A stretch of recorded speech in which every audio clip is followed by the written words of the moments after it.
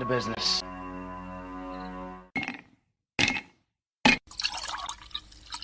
When he drinks, he thinks.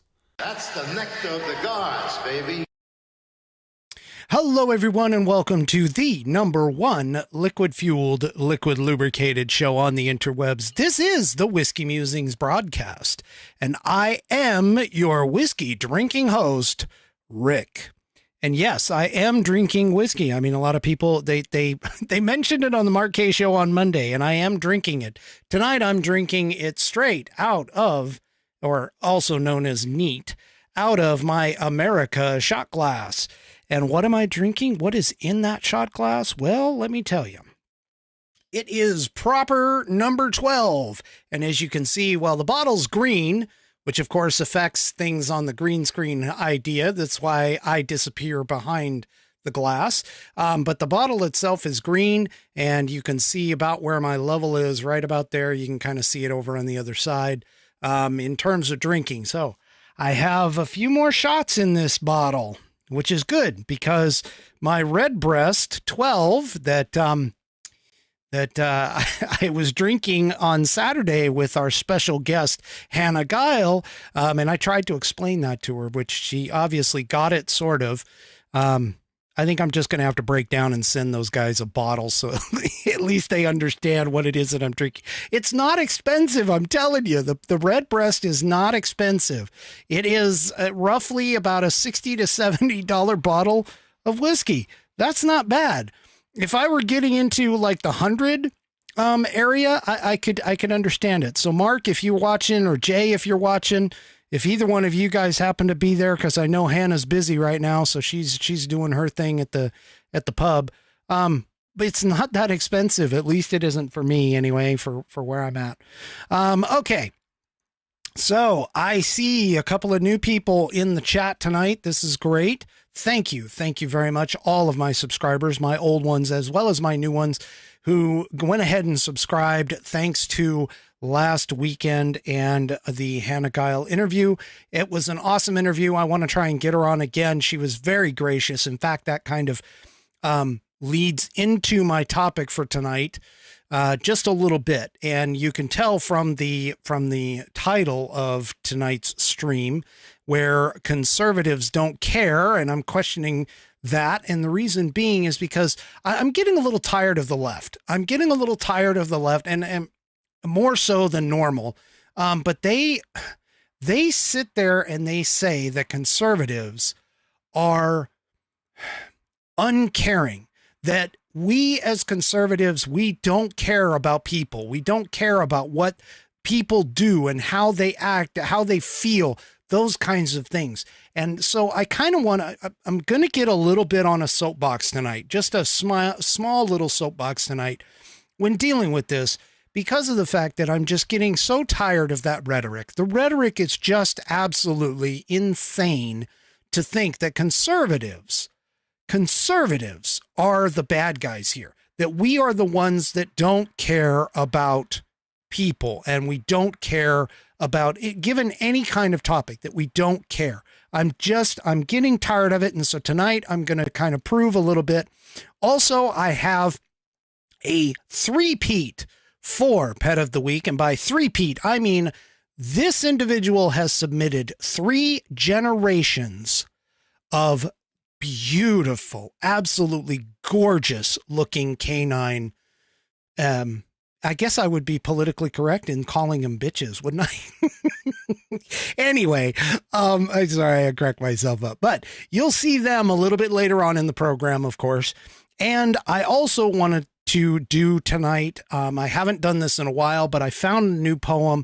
I want to do a poem to kick this off. Normally I do something out of the American Patriots Almanac like I do on Saturdays, but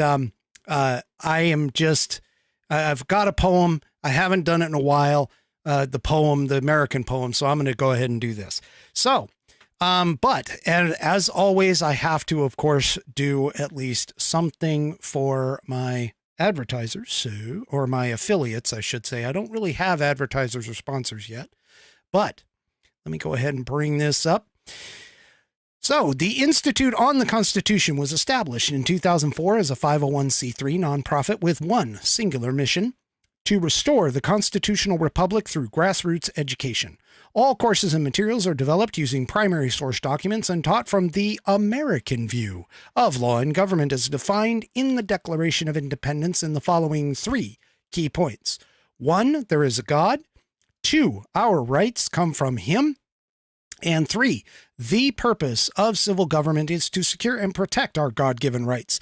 The IOTC offers the opportunity to educate yourself on our most precious founding document, the Constitution of the United States.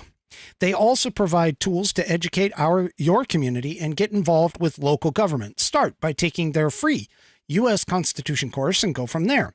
Use my affiliate link, iotc.whiskeymusings, all lowercase, all one word, .online, to sign up. And while you are there, take a moment to look through their other course materials and information. Believe me, they've got a lot of really good books. My affiliate link, once again, is iotc.whiskeymusings.online to get great content and to learn about our historical founding and support the show in the process of doing so. That's IOTC, India, Oscar, Tango, Charlie, spelled phonetically, .whiskeymusings.online. Or if you just want to purchase, and I got to grab it because I didn't grab it here. If you just want to purchase this fabulous Saddleback leather-bound U.S. Constitution, buddy-tested, buddy-approved copy that has, look at this stitching. They stitch it on the inside. It also has a 100-year warranty for materials and workmanship. And you can purchase that.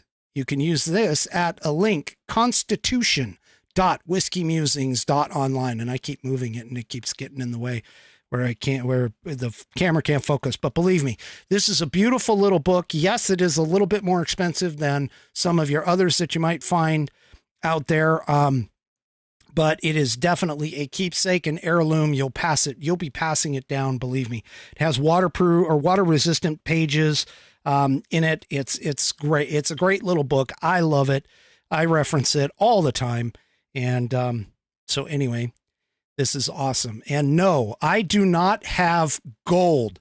Thanks. Seriously, April, come on. Right here. Check this out.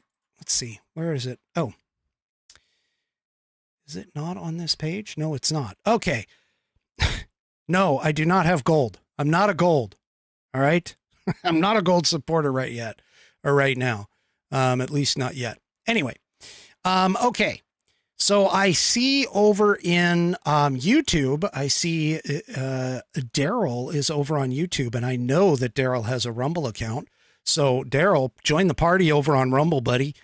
Jump over there. I'm telling you, it's a bit of a party if you can. That would be great.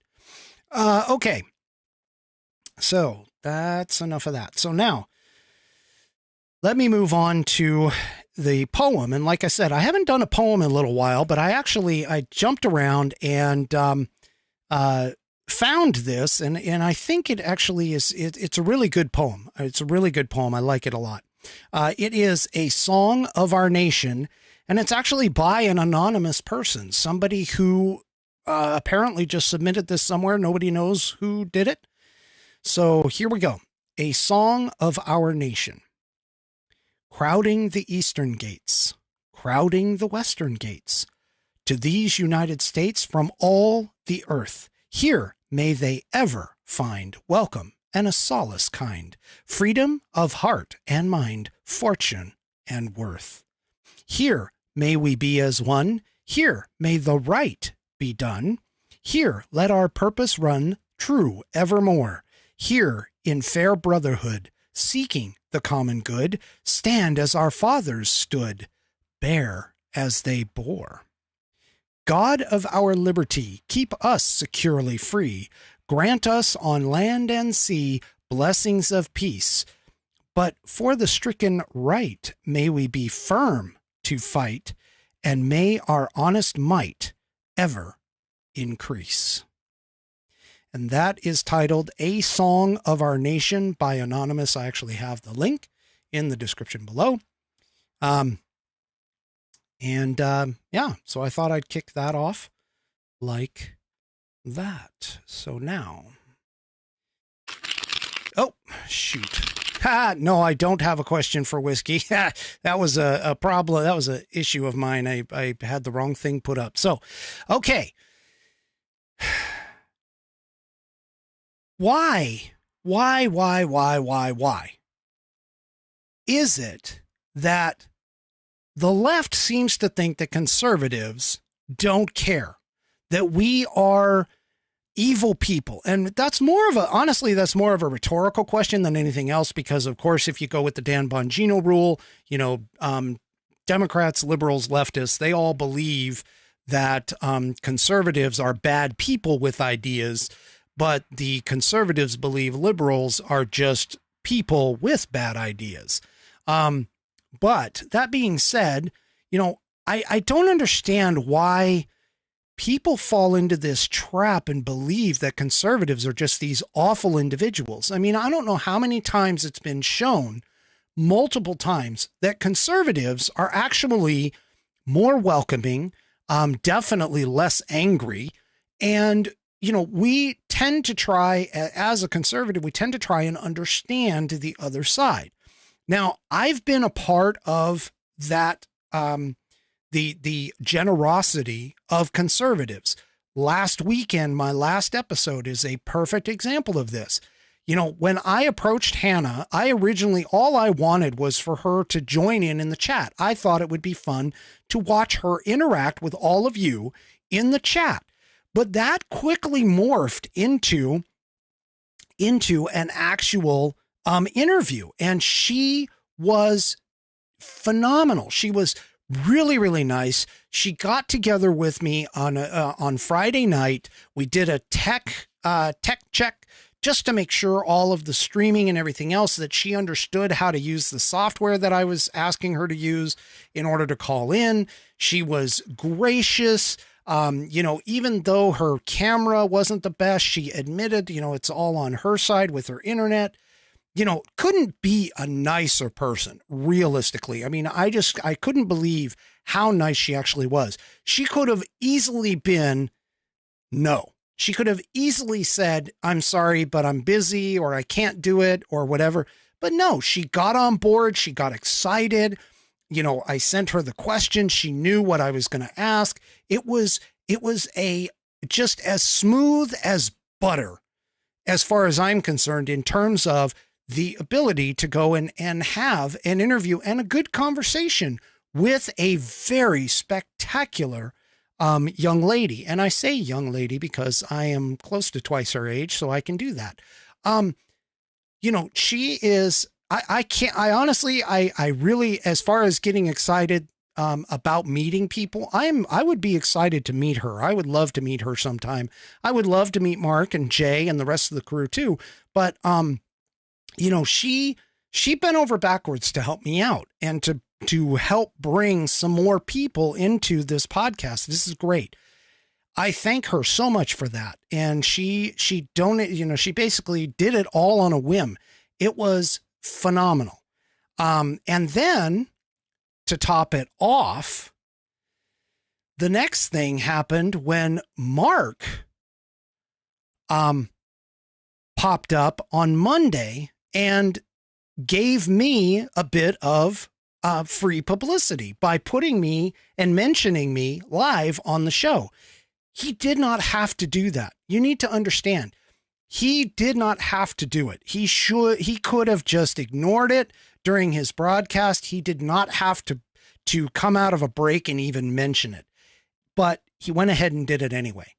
And for that, I'm sure I picked up a few people, subscribers, and maybe some people who are interested in the broadcast, want to take a look at the show and the program.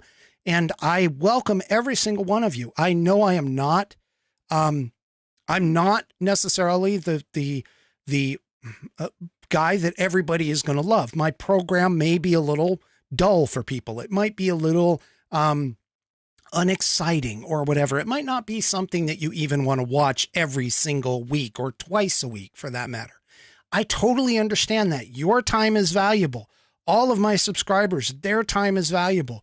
You guys don't understand necessarily. I know a good friend of mine, he would completely understand what I'm saying. You guys are valuable to me because you guys are giving me your time, your energy, and everything that you provide me is way more, I think, than what I provide you. So thank you very much for being here. I just want to bring that up. Conservatives, for the most part, we are a very giving people. If you've ever been to a rural community, and I bring up rural in particular, because in a rural community, we usually have a community focused idea. It's not the cold, callous nature of, say, an urban or even sometime in the suburban market. The reason being is because the rural people understand that in order to get some services, in some cases, it could take half hour, whatever. It could take a much amount of time to get even just an ambulance or a police officer to get help. So usually you have to depend upon your neighbors in order to do, standard things, like even just to get medical care if something goes wrong, or to get help if you're broken down on the side of the road. It's not often that you will see people totally bypass others in the country. Not only that, but they're also a lot more friendly. I mean, I can remember growing up that we would go through and we'd put up our hands and say hello to everyone we meet. It didn't matter. Realistically, it didn't matter if you knew them or not. You still said hello. And this is the atmosphere that you get when you deal with conservatives. This is the atmosphere that you get when you go to like a Trump rally. I can't tell you how many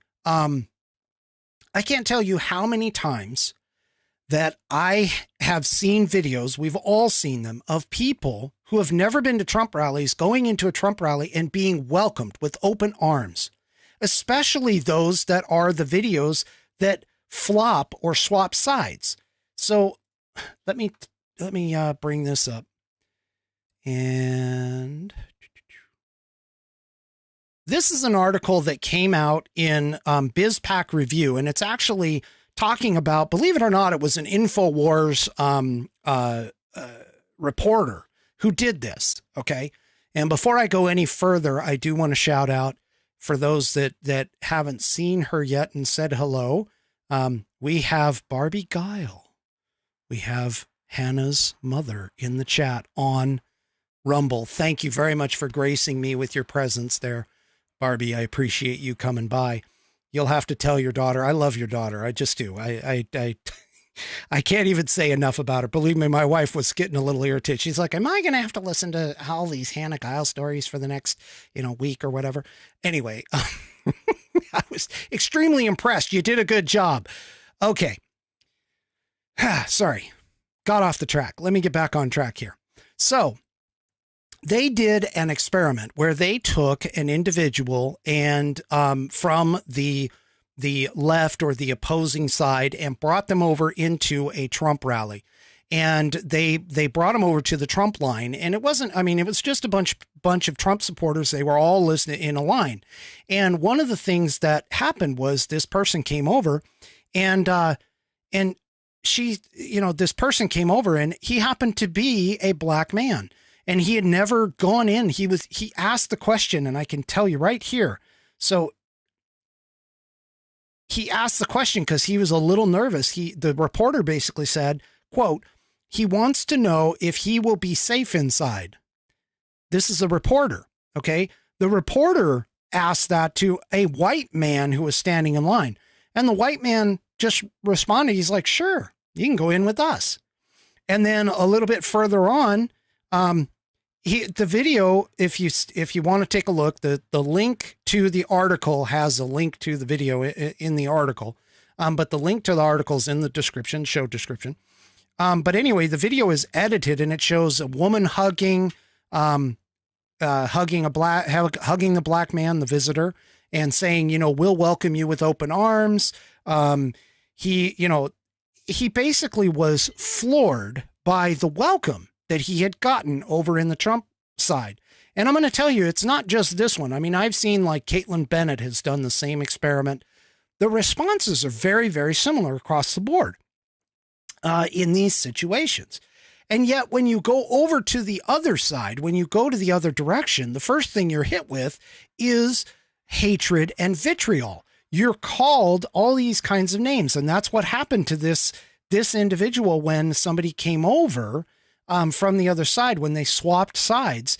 And the woman received this, she went back with the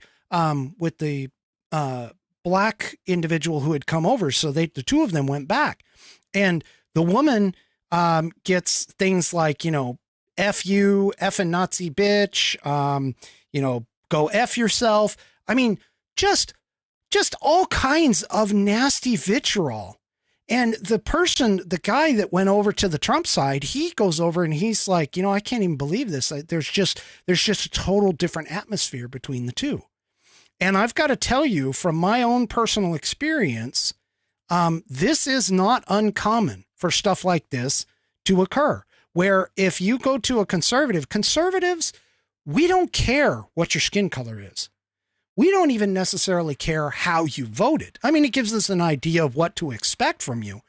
But we, in general, I'm not going to say all the time, but in general, we feel like it is we're welcoming. We understand. We look at the content of your character. We essentially do what Martin Luther King was focused on. We don't focus on immutable characteristics such as hair, skin, eye color, things that you have no control over. We look at the content of your character, how you treat people, and how those people feel about you and how you treat people. That's ultimately where we're coming from.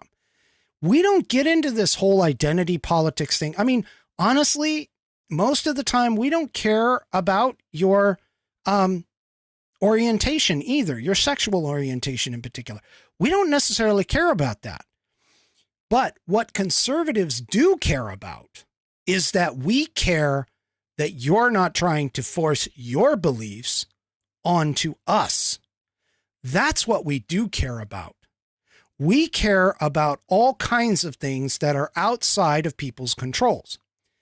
Let me take a point and just take a moment and let me bring this particular one up, because I just want to say, and I could be wrong on this, but I have never once seen on The View, which you've got to admit it's a very liberal side of the house. Okay. But I've never once seen on The View where they have done something like, Kaye's kids as an example. Okay. So here's Mark Kaye. He's out of Jacksonville, and he and his wife go and he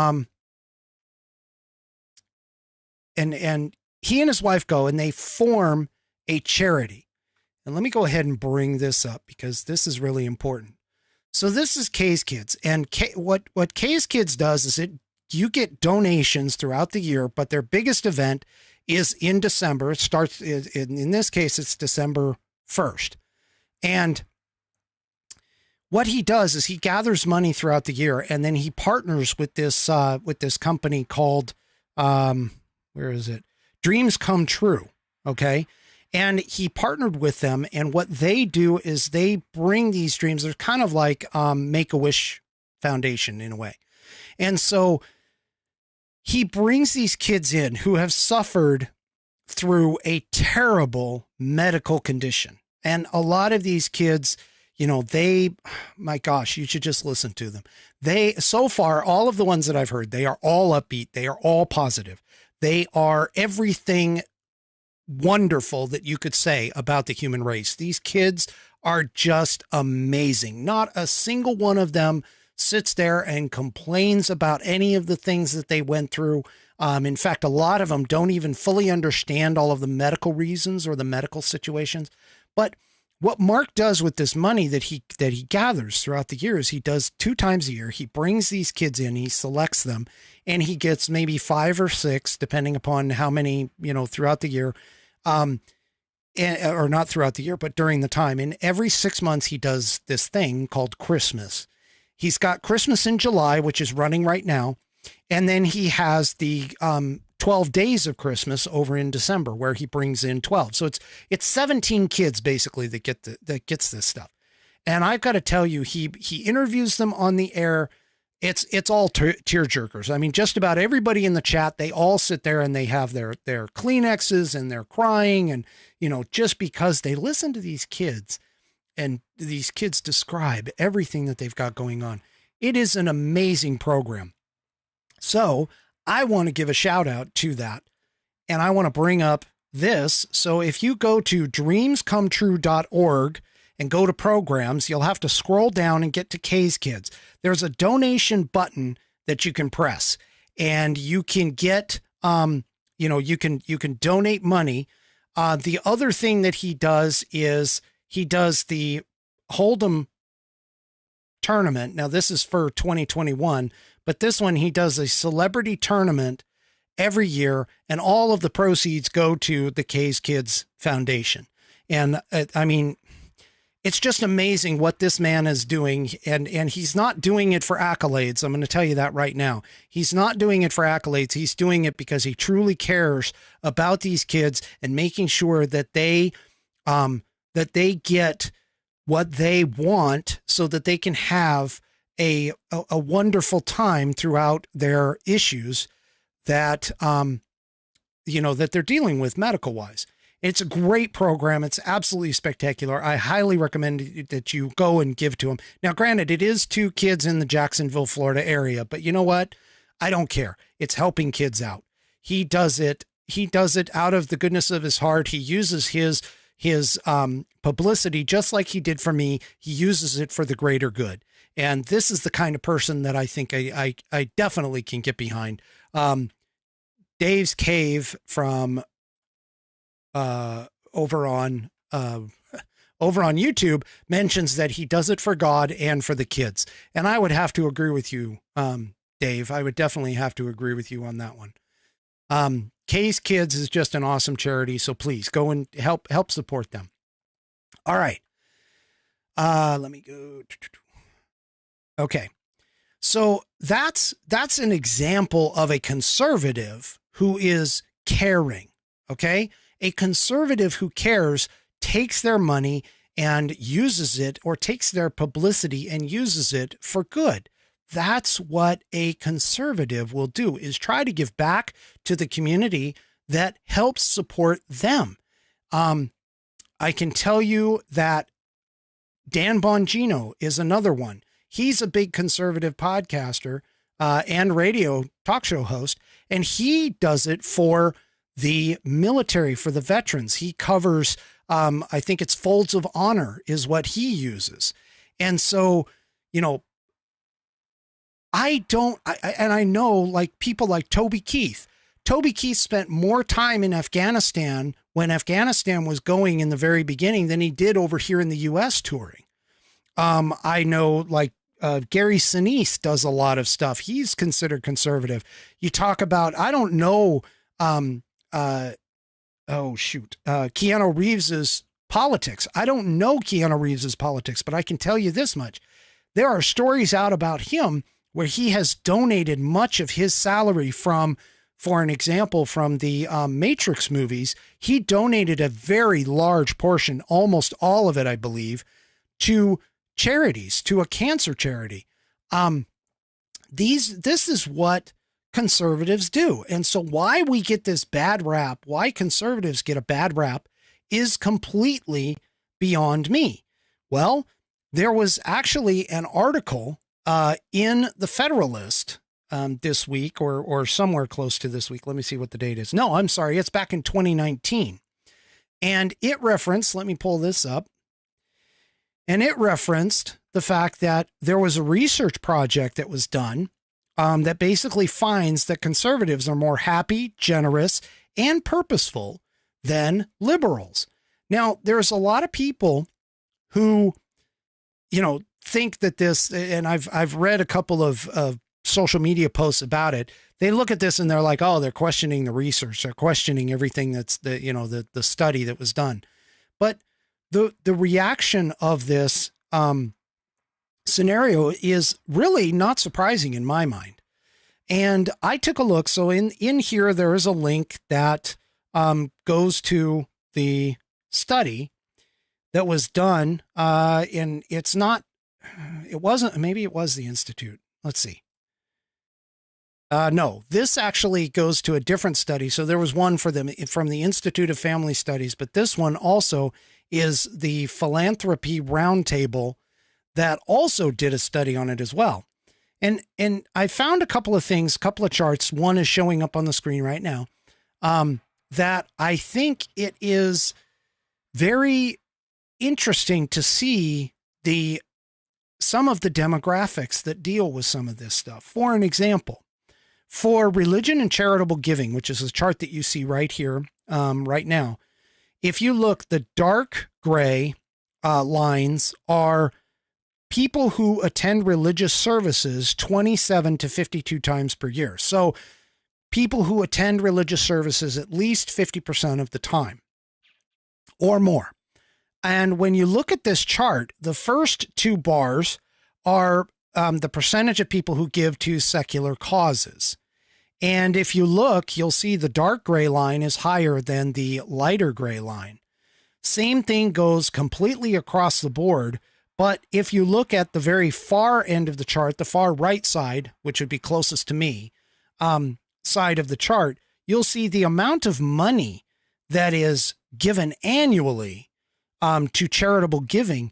You're looking at almost $3,000 for those who attend religious services more than 50% of the time versus $700, roughly a little bit over $704 for those that don't.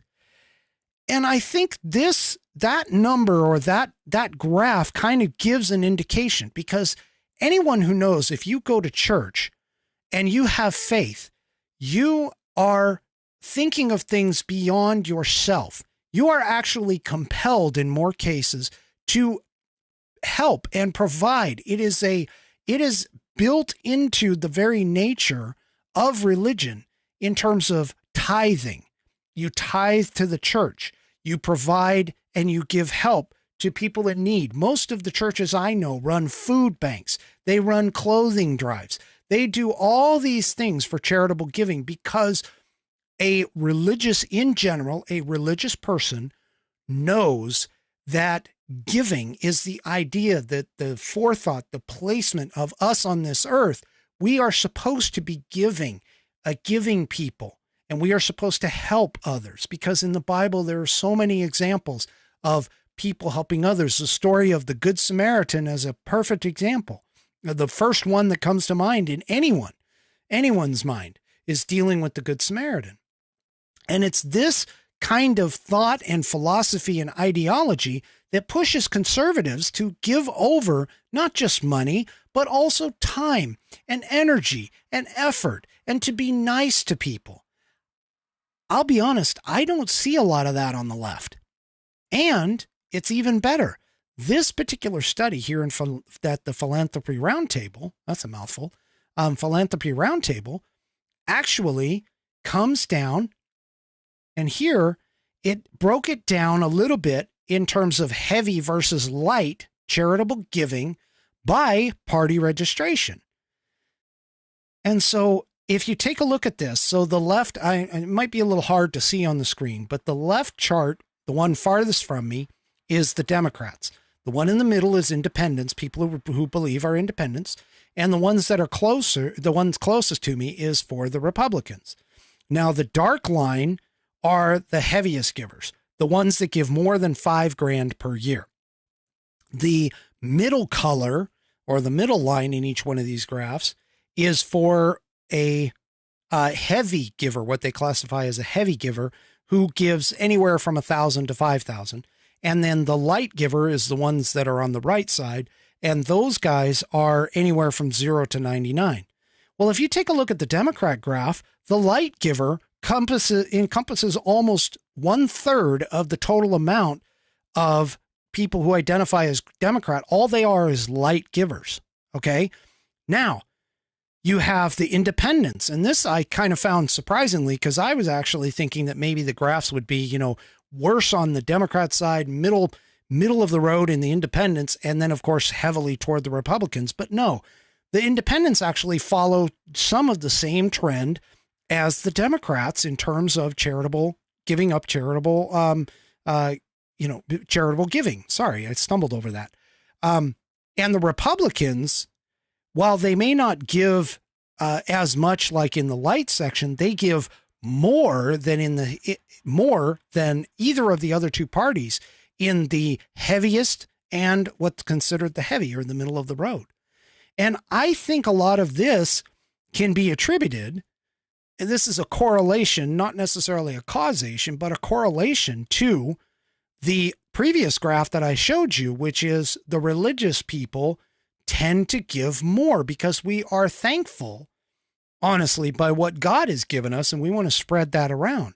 So again, I'm not entirely sure where the left gets this idea that conservatives are ones that don't believe or don't want to help people. They give even in the concept of like abortion and stuff like that. If you talk all the my body, my choice people, or the pro-choice folks say, is they talk about how, pro-choice, it's saving the mother, it's the mother's rights, it's taking the mother's rights away. They never once consider the baby. And the baby has absolutely no rights in that situation, according to them, and can be aborted all the way up to the point of birth in most cases. But yet you'll have conservatives who basically say, look, the baby has rights. They defend the undefensible or the indefensible, the ones that cannot defend themselves. We as conservatives tend to want to stand up for the little guy. We're the ones that want to, are more commonly, I should say, carry weapons because we know that evil exists. We know that things are all around us that can hurt us. And we want to be prepared to protect not only us, but our loved ones and our communities in order to make sure that evil no longer exists. That's why we set up neighborhood watches. We set up, charities. We protect, we take care of. We generally tend to be a giving and forgiving group of individuals. And unfortunately, I personally haven't seen that very much, especially from the far left. And that essentially kind of boggles my mind that somebody who is on the left can actually sit there and talk about how horrible conservatives are, but yet we have all this evidence and proof and all of these anecdotal evidence that we can actually pull up and show that we conservatives are the ones that actually care. We're the ones that actually push through things like making sure that slaves were freed. We're the ones that actually push through the idea that women can vote. And speaking about women, I don't know if anybody's seen this, but the University of Pennsylvania went and put Leah Thomas up as a nominee for Woman of the Year. Conservatives are the ones who are sitting here trying to tell women, why are you not mad? This is ridiculous to have a biological man take essentially an award that is designed and meant for women, that we have biological men in women's sports when it has been scientifically proven that they have a physical advantage. If they have gone through puberty, they have a physical advantage against even the best women.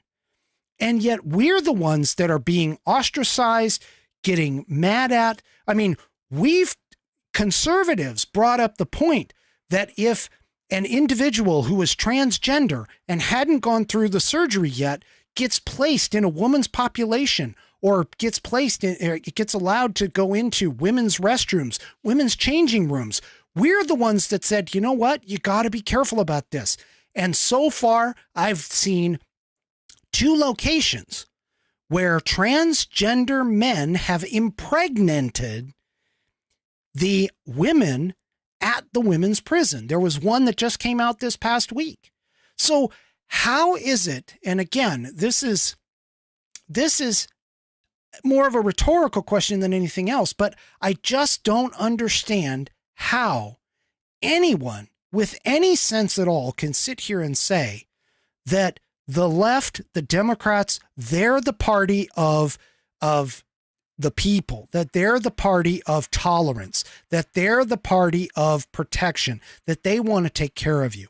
Because if you look at conservatives, while we have specific viewpoints that prevent us from doing a lot of things because of the fact that we have those particular viewpoints that sort of give us a fence to work with, we're not the ones that are totally uncaring. We are the ones who are doing the things that the Democrats are unwilling to do. And so I'm going to step off my soapbox now, because that's what I wanted to bring as far as that piece of the puzzle. All right. Have to wet that whistle. All right. So now I'm looking at the time. It is now time for... Please check your mailbox. A new message has arrived. That's right. A new message has arrived, and it is for the pet of the week. And this week's submission, like I said in the beginning, this is a 3-generational submission. And it was put in by Amy Viner. That's what she goes by. Let me make sure I've got the right one. And there is. Now, I'm going to go from youngest to oldest, okay, in terms of the generational setup here. And only because it was easier for me to do it that way. So this is Ellie. And I'm going to make a guess. Amy, correct me if I'm wrong, but I believe these are German Shepherd for their breed, if I remember correctly. But I can tell you, and you'll see in some of these photos, some of these other photos, Amy actually does something more with these than just having pets. Okay. They are, they actually do eventing. Oh, okay. She just corrected me. It's Belgian Tervuren, Tervuren, Tervuren. I think that's how it's pronounced. Belgian Tervuren. God, that's a horrible way to pronounce. I'm sorry. I totally minced that up. I know I did. I know I messed this up, but check this out. She's doing eventing. So, or something. I mean, if they call it eventing in the equine world, I can't remember what they call it in the dog world. But if you have any idea how much work actually goes into one of these animals to be able to go through and do these types of field day, to go jump the obstacles. I don't know if anybody's ever watched, but they have like tubes that they run down, and they have teeter-totters sometimes. Yes, agility. Thank you. See, Amy's taking care of me. There it is. She says agility. That's right. I couldn't remember what it was called. And then she also says that they call them turves. And just for the benefit, I'm going to go ahead and put this up so that you can see the full name of it, of the breed. They are beautiful animals. I'm just going to tell you this right now. So this is the youngest. This is Ellie. And then next up is Mama, and Mama is Livy. And so this is Livy. And obviously this is a show dog. They have to present themselves. Now, it looks like we were asked about the weight, And it looks like the girls or the females are usually 40 to 50 pounds, while the males will be 50 to 70. I can tell you my pup, who is a mongrel mix, honestly, he runs around 55, 60 pounds. So he's about the same size, maybe height-wise or whatever. But this is Livy, and this is Livy smiling and saying hi at us. And let me bring this up a little bit more so everybody can actually see. So there's Livy. And then we have Grandma, and Grandma is Tormenta. I hope I pronounced that right. I know she said that Tormenta is also known as Tori, Tori, I believe is what she said. But this, I mean, look at the coat on these animals. It just, and the attentiveness. I mean, to be able to just sit there and look and focus, that's a lot of training. Amy, my hat is, tipped to you. I went through a couple of obedience courses with a yellow lab that I had a long time ago, Jake, that has since passed away. And let me tell you, it is amazing what these dogs can do when you have their attention.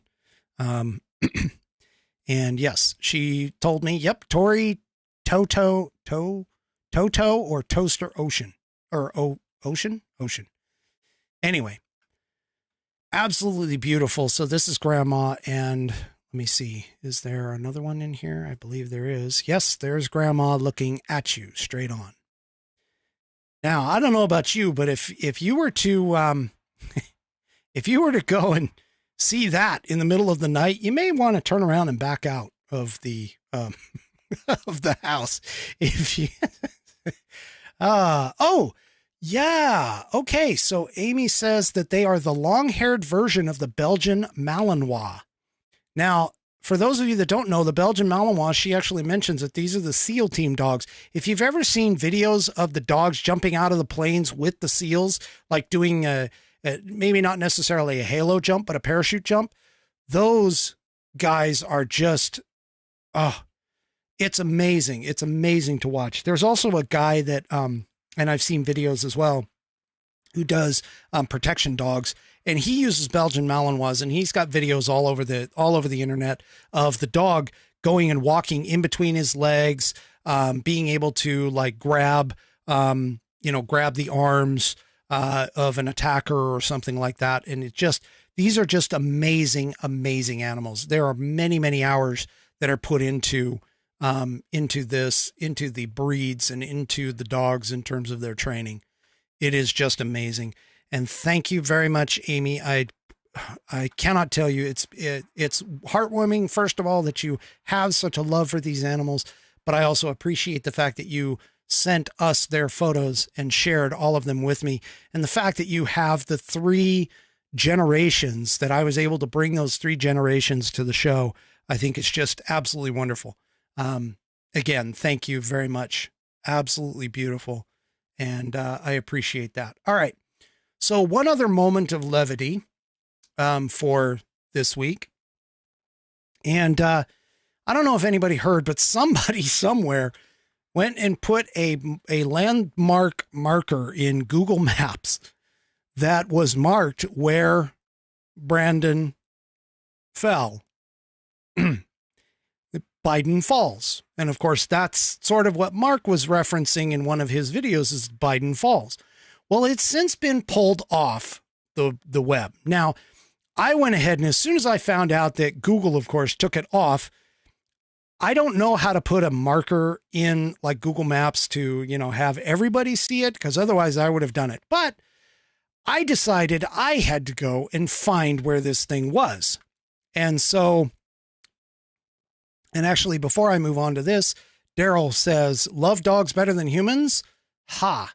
Well, guess what, Daryl? I actually love all animals more than I do humans, but not more than I love my subscribers. There we go. All right. So, I went ahead and put together this location, and I posted this on social media, but I'm going to go ahead and bring it up here because this is Brandon Falls, Delaware. It's a historical landmark. where Biden fell. Hopefully after this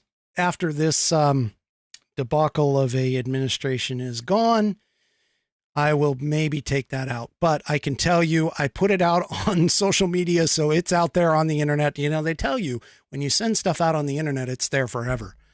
So yeah. And Mark Kaye was doing things like falling over. He posted, one with him on a tricycle where he fell over. So the internet is just going to take this and go wild with it. It's definitely something that is great, is pretty awesome. So anyway, and they might actually rename the road after him.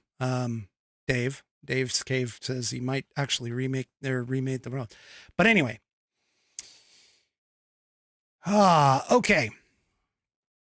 So moving on. I've had this article and I've talked about this before. I have talked about the trouble that we might have, especially in dealing with China.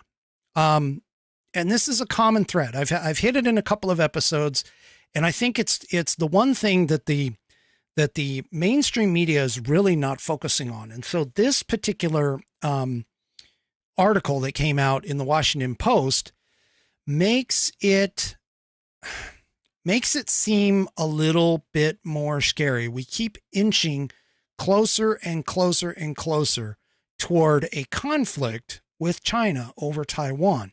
And the reason being is because, China originally had Taiwan. Taiwan is still not recognized by the Chinese as a separate country. It's sort of like Hong Kong for a long time, where Hong Kong was its own separate entity under British rule for quite some time until I think it was the mid-90s.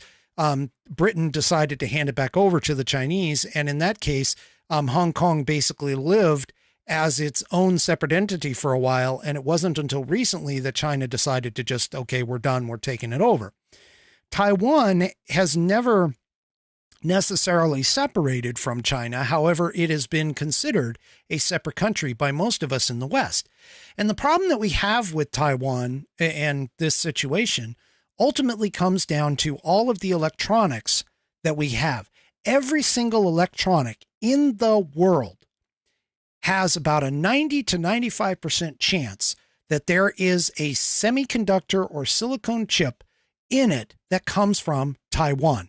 Taiwan is one of the biggest countries for computer chips, computer manufacturing. All of the electronics come from there. Even if you buy them like Samsung and some of the others that you think are coming from Japan, Japan has actually sourced a piece of material within that device from Taiwan. It is their one biggest export. It is their one biggest claim to fame. Now, the issue that we have, and Dan Bongino actually brought it up today when we were talking about this article, has to deal with the fact that if China takes over Taiwan, the West, as well as anybody else in the world, is going to be impacted in terms of the electronics that we have running around. Now, the electronics that we have currently, we're already in issues. I mean, we have supply chain problems that we currently are trying to fight against. This is going to make it much, much, much worse. And for those of you that think, oh, if China just takes it over, it's not going to be that big of a deal, I just want to throw this out to you. Think of TikTok. TikTok is a Chinese-owned application.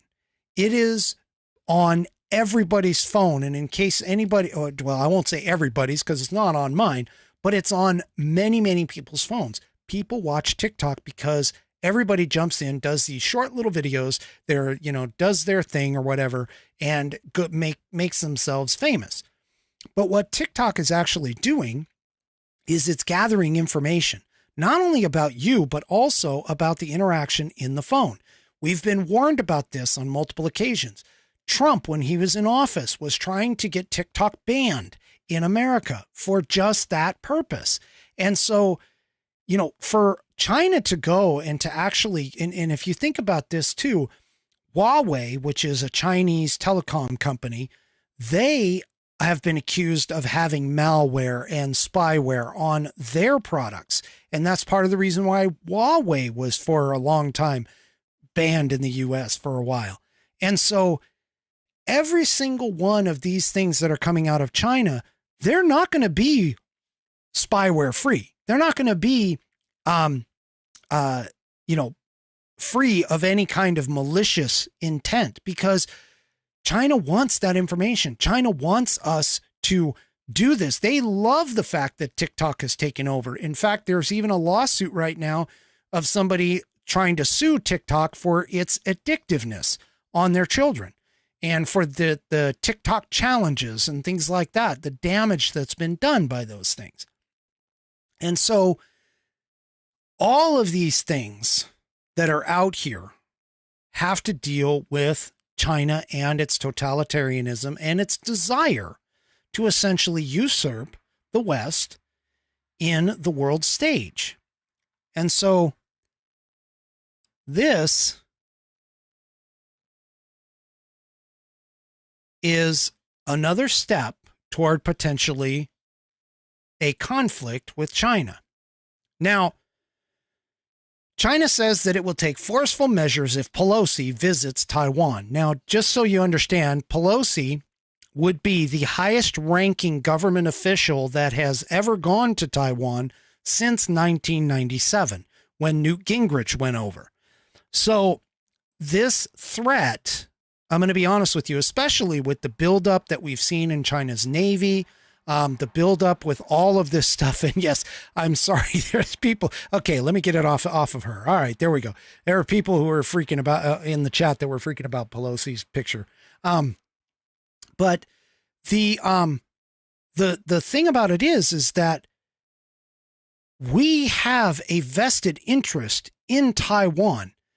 We have a vested interest in making sure that we don't lose all of those silicone chips, because unfortunately for us, our government has decided to allow private companies to offshore a lot of our manufacturing, especially when it comes to silicone chips. I'm not saying all of them are that way, but many of them offshore a lot of this manufacturing, especially dealing with the silicone chips.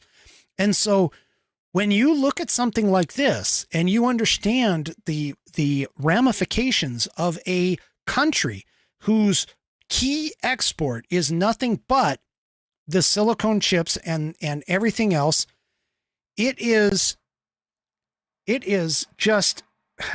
phenomenal to even think that China would actually start making these kind of movements. And of course, our administration is just going to sit around and do nothing. I mean, look at what we did in Afghanistan. Look at what we've been doing in Ukraine. All we've been doing is throwing money at them, money and armament, if that. So having much of a hope for Taiwan out of this is, I mean, I'll be honest with you. If Pelosi actually goes next month, I'll be really surprised, because one thing that I do know is that this current administration doesn't have the cojones to actually stand up to the Chinese. Trump did. That being said, it also wouldn't surprise me any if she did go, just to sort of stir the pot, let's say. Regardless of whether she goes or whether she doesn't, it all means bad business for us. I mean, China's been expanding its Navy. I covered that in a past episode. China has potentially money issues. I covered that in a past episode. So going to war with somebody and acquiring a jewel like Taiwan would be attractive to the Chinese. They're only separated by a small body of water, a channel that's in the Pacific Ocean. And so this is scary. This is something that I think we might, I'm definitely watching this in particular. Not to mention, looking at things like North Korea, what North Korea is doing with their missiles over in Japan, and watching Iran and the fact that that the peace talks that the Iran nuclear talks have fallen down. These are all key areas, but the mainstream media has got us focused on Ukraine and focused on Russia and Ukraine. and not on things that are actually going to affect us directly. Because if Iran gets a nuke, I guarantee you Israel will probably be the main first target. If we have problems with North Korea, Japan, who is an ally, is going to be a main target. China going after Taiwan. And if all of these things happen very quickly with one another, we very well could be looking at World War III. And given our current situation here at home and some of the things that we're hearing about the Army's recruitment being down and all of the woke stuff being pushed to the Army and the Navy and all of our military services, I don't think we're prepared. And under this admin, I don't have any faith that this admin is going to be able to handle this correctly. I mean, just take a look at Biden's trip over to Saudi Arabia. The best way for us to get out of this oil situation is for us to drill and produce it here at home. But instead, he goes all the way to Saudi Arabia and kowtows to them, down on his knees, practically begging for more oil. This is not how you want to run a country. You especially don't want to run this country or run this as a superpower and the de facto police force for the entire world. You do not want to display weakness. And I've said it before and I'll say it again. One reason that Trump was so effective on the world stage is because of the fact that he was unpredictable. Nobody knew how he was going to react. And so because of that, they tended to tiptoe around him and give him what he needed. And that's that. Having a dangerous person in those kinds of positions where they are completely unpredictable can be an asset. Not always, but oftentimes is an asset because you never know how they're going to respond. Okay. I've got one more article. Please bear with me. I know I'm going over my hour mark, but I definitely want to bring this up. This is disturbing. This is completely disturbing. And by disturbing, I mean, this is really scary. Okay.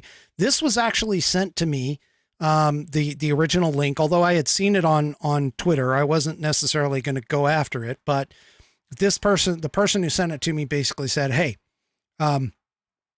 we want to make sure, this is really disturbing. It would be cool if you would, cover this. So, and this is not a question for whiskey. Questions for whiskey are on Saturdays. But this is Antifa.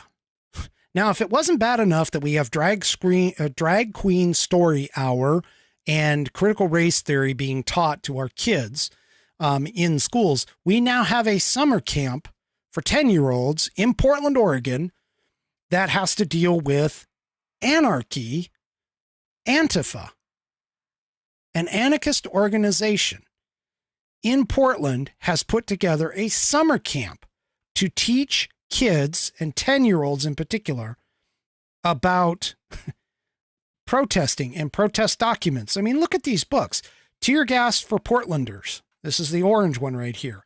How to protest and things like that. So, and they're also getting, being taught some chants, according to the article here, some chants about killer cops and the rapist government. Here's an example of apparently a poem, and I'll read it to you. The whole damn system is guilty as hell. Indict, convict, put those killer cops in jail. The whole damn system is guilty as hell. I mean, seriously? Here's another one. It's the state that's our oppressor. It's the rapist government. It's the state that's our oppressor. It's the rapist government. We know the rapist is you. We know the rapist is you. I mean, honestly, why would you even send your kid to something like this? This is crazy. This is nuts. I don't even understand this. And why any parent would even be interested in sending a kid to this. But I know there's people out there who will. I mean, this is just an example of the breakdown in our social structure.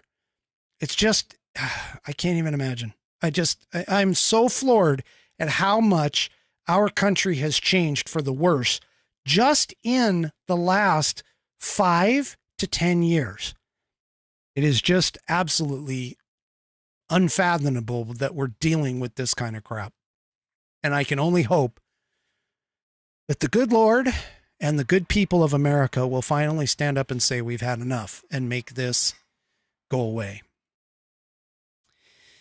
And I am only going to bring this up, Amy, because you mentioned it. She says left coast. Well, I'm going to be honest with you. You know, a lot of people blame Washington, Oregon, and California. And here's the thing, and I've said this before and I'll say it again. It is literally the cities that are running those states. If you go outside of the cities in any one of the three, you generally will find people who are a little more common sense, a little more even-keeled. And especially in Washington, Oregon, and California. You are correct. It is the left coast because it literally is from the mountain range, the Cascades and the Sierra Nevadas over to the Pacific coast. Everything from the Cascades over right, meaning going eastbound, which is for Washington is roughly about 2/3 of the state. But because we don't have the population that the west side of the state does, the west 1/3, we have troubles gaining control. And I actually think it's even more than that because we do all mail-in voting. And I would have to say mail-in voting, I'm totally there. It is able to be fraud-ridden. But that being said, I'm going to finish on that. That is the final Whiskey Musings thought of the night. If you are brand new to the broadcast and you came here just to watch and learn, do me a favor and subscribe if you like the content. Otherwise, no harm, no foul. Go on your separate way. I know I am not necessarily the taste for everyone, the flavor for everyone. I appreciate all of my subscribers. And also, if you're interested, I do have Whiskey Musings logo gear. You can check that out at store.whiskeymusings.online.